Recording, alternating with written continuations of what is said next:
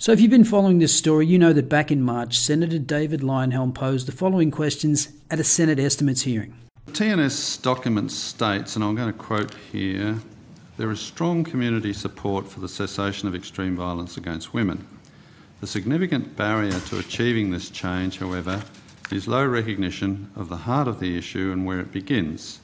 This is a clear link between violence towards women and attitudes of disrespect and gender inequality. But there is no citation provided for this clear link, despite the depth of literature on violence and its causes. Can you give a citation for the claim that disrespect and gender inequality is where extreme violence against women begins and is at the heart of the issue? Senator, I would have to take that on notice. Okay. I may be able to get that tonight. I can check, but otherwise I'll have to take that on notice. On notice is fine, yeah.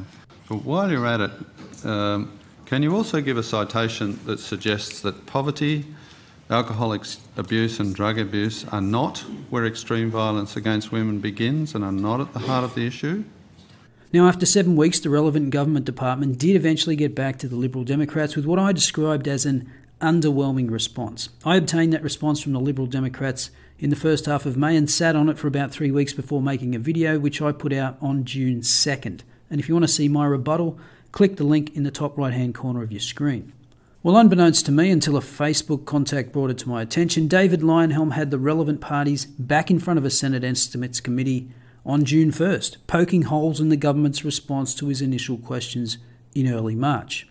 I asked at the previous estimates some questions in relation to the Violence Against Women campaign. I'm assuming I have the right people at the table. Senator. Yes, thank you.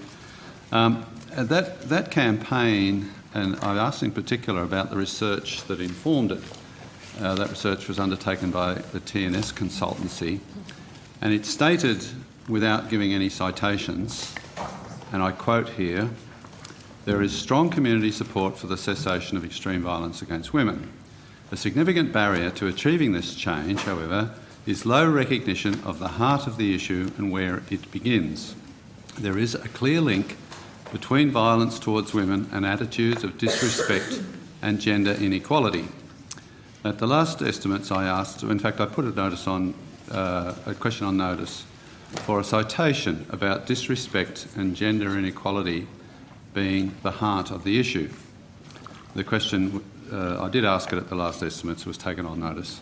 And in response I received a reply in SQ 17-150, of which there were 6 paragraphs. The first 4 paragraphs advised of ABS statistics indicating more partner violence against women than against men. And I'm assuming that the department is not intending to argue that these statistics are measures of disrespect or gender inequality, or show that disrespect and gender inequity are at the heart of the issue. Am I right in that assumption? Tracy, Branch Manager, Communications Services Branch.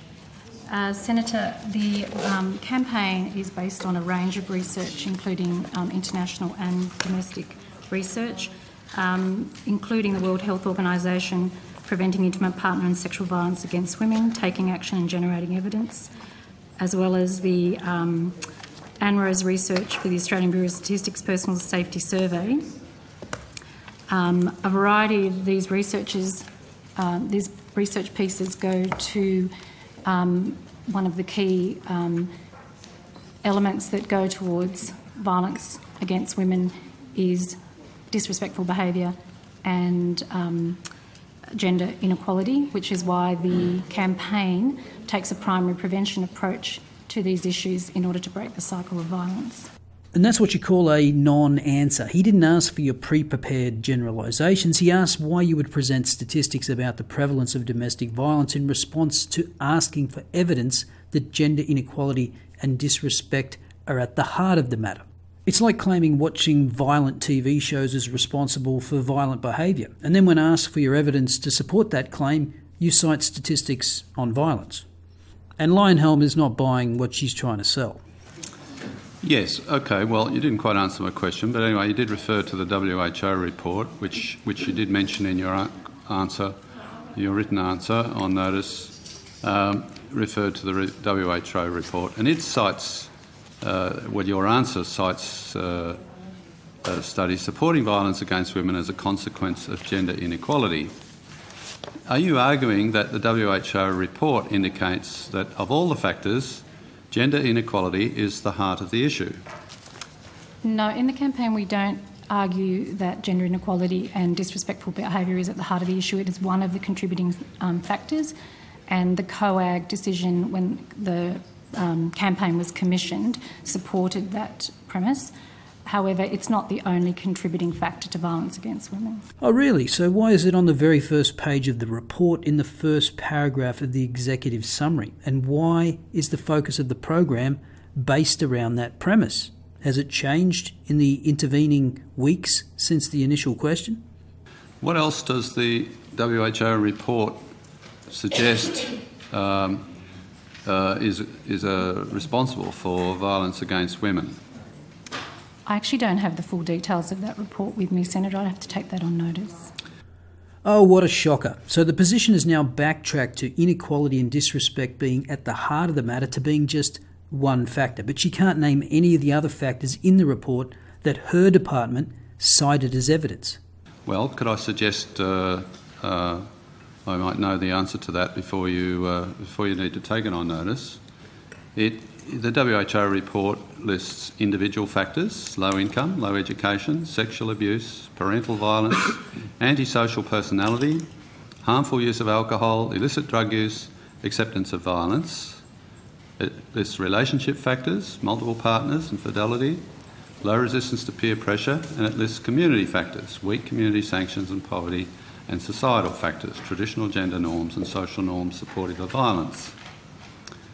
So in none of those does it actually nominate gender inequality as a key contributor. How do you like them apples? And on the survey, did the survey compare the contribution of disrespect and gender inequality to violence against women against other factors like poverty, alcohol abuse and drug abuse? Sorry, Senator, you're referring to the ABS survey? No, the Vic Health survey that you cited in your response to my question on notice. The lead author was named as Anita Harris. I'd have to take that on notice. I have to take that on notice. In fact, we found that the survey only measured reported attitudes to violence. So attitudes, in other words. So I don't think it substantiates the argument, but you can take it on notice as to its relative, as to whether you think it determined or indicated any relative importance of those contributors. Now, I'd like to go a little further into that survey. That survey, which you cited as a source for a reference source for to underpin the Violence Against Women campaign, it states that it is an area of concern that only 60% of young people agree that violence against women is common. So that raises the question, can you definitively say that violence against women is common? The research, the 2013 National Community Attitudes Survey found a strong relationship between attitudes to gender equality and attitudes in violence, and some of the research showed that 1 in 4 young people is prepared to excuse partner violence, and 1 in 5 believes there are circumstances in which a woman bears some responsibility for the violent behaviour. That research formed the basis of the primary prevention approach for the campaign when we targeted influences of 10 to 17-year-old children. So again, this woefully underprepared bureaucrat didn't even come close to answering the question. The report he refers to laments the fact that only 60% of those surveyed, young kids, thought violence against women was common. So 40% are obviously guilty of wrongthink for believing that violence against women is uncommon. And of course, they weren't asked if they thought violence against men was common, because that might reveal some uncomfortable truths. Yeah, okay. I guess the question, though, is violence against women common? And if it's not common, and if there's this perception that it isn't common, then you could hardly expect young people to say that it is. And I mentioned that because the most recent ABS personal safety survey indicates that 1.5% of women reported experiencing violence by a partner or ex-partner during the previous 12 months. So 1.5%, I suppose depends on your definition, but I'm not sure that that would qualify from my definition of common. Certainly more than is preferable, isn't it? And there you have it. Just avoid the question by introducing an appeal to emotion. 1.5% in a 12-month period is more than is preferable. Well, you could say that about any crime. Still doesn't make it common. Yeah, indeed. Indeed it is. I'm not going anywhere on this by suggesting violence against women is acceptable or desirable or anything other than something to be avoided. But what I am questioning is the commitment of taxpayers' funds to a program for which the suggestion was, as I raised last estimates, the fundamental assumption is there a clear link between violence towards women and attitudes of disrespect and gender inequality. Now, there's a 2013 United Nations page quantitative study on male violence against women in Asia and the Pacific by Fulu et al. It indicated that low gender equitable attitudes were less important factors explaining intimate partner violence than nearly every other factor listed, including the number of lifetime sexual partners, childhood abuse or neglect, the lack of education, food insecurity, depression and alcohol abuse. Do you consider this UN study to be a credible source? I'm not privy to the detail of that study, Senator, so I can't make comment on it. Well, to be fair, I wouldn't expect her to be aware of every UN study, especially the ones that directly contradict the narrative, but I'm not sure she's read any studies, but she does appear to be good at reading talking points prepared by other people.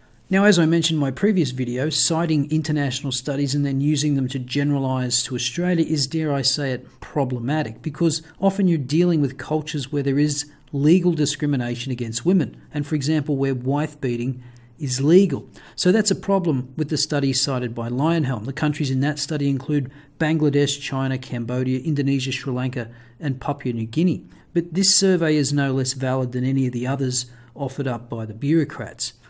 This graphic comes from the report cited by the Senator. The relative size of the factor dictates its significance. So as you can see, the factor low gender equitable attitudes rates lower than just about all the others, with the exception of gang involvement and controlling behaviour, and are about the same as getting into fights and alcohol abuse. Now, the question, of course, is if the United Nations quantitative study on male violence against women in Asia and the Pacific is an accurate reflection of the situation in Australia as well, then a policy response that focuses on disrespect and gender inequality and doesn't focus on the other factors that the UN study identified as key contributors to violence would be inappropriate. It would be misdirected, wouldn't it? I think, Senator, we're making an assumption. We have quite considerable evidence that supports this campaign. We haven't used the particular report that you're talking about, so I can't do a comparison. But based on a COAG agreement to this campaign, which is based on considerable evidence, both domestic and international, we have enough of a supporting basis for this campaign to go ahead.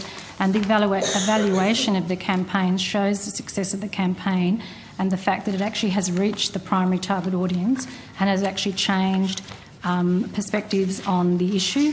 And the traction that the campaign has got with only one phase of advertising is quite considerable. We've got 41 million views of the ad domestically. We've had the research also shows that we've reached our target audience as predicted, and we have 69% understanding of the messaging and people acting on it. We've had 450,000 visits to the website and over 20,000 downloads of material. and we're now going into a phase to investigate how we extend that campaign and reach even further influencers. So she mentioned a number of times that there's considerable evidence for the campaign, and yet she still hasn't really offered anything of substance to address the Senator's arguments. And again, she dodges the question. Who cares how many people your campaign has reached and how many times it's been viewed or downloaded if, as Leyonhjelm implied, that it's being misdirected? But hey, who cares? They're already planning the next phase of their misdirected campaign. Anyway, I will endeavour to keep up with this issue, but for now, I'll give the last word to Senator Leyonhjelm. All right, but that's based on the assumption that domestic violence, violence towards women, is at the heart of domestic violence against women is disrespect and gender equality. There is a danger, and I'm suspicious, that you have selectively taken the evidence rather than taken it as a whole. And when Ms Bell has said there's a considerable amount of evidence, I hope you have given us the evidence, or given me the evidence, in response to my question at the last estimates, in response to my question on notice. If there is other evidence that I haven't received that underpins the basis of that campaign, I would like to see it. Senator, can I say we will go and further explore whether there's any other source of evidence that will was used. Yeah, that'd be good. I would like to know, because what you've sent me so far does not do it justice in my view, and I suspect that the program is misdirected, and it could be more successful if it was redirected.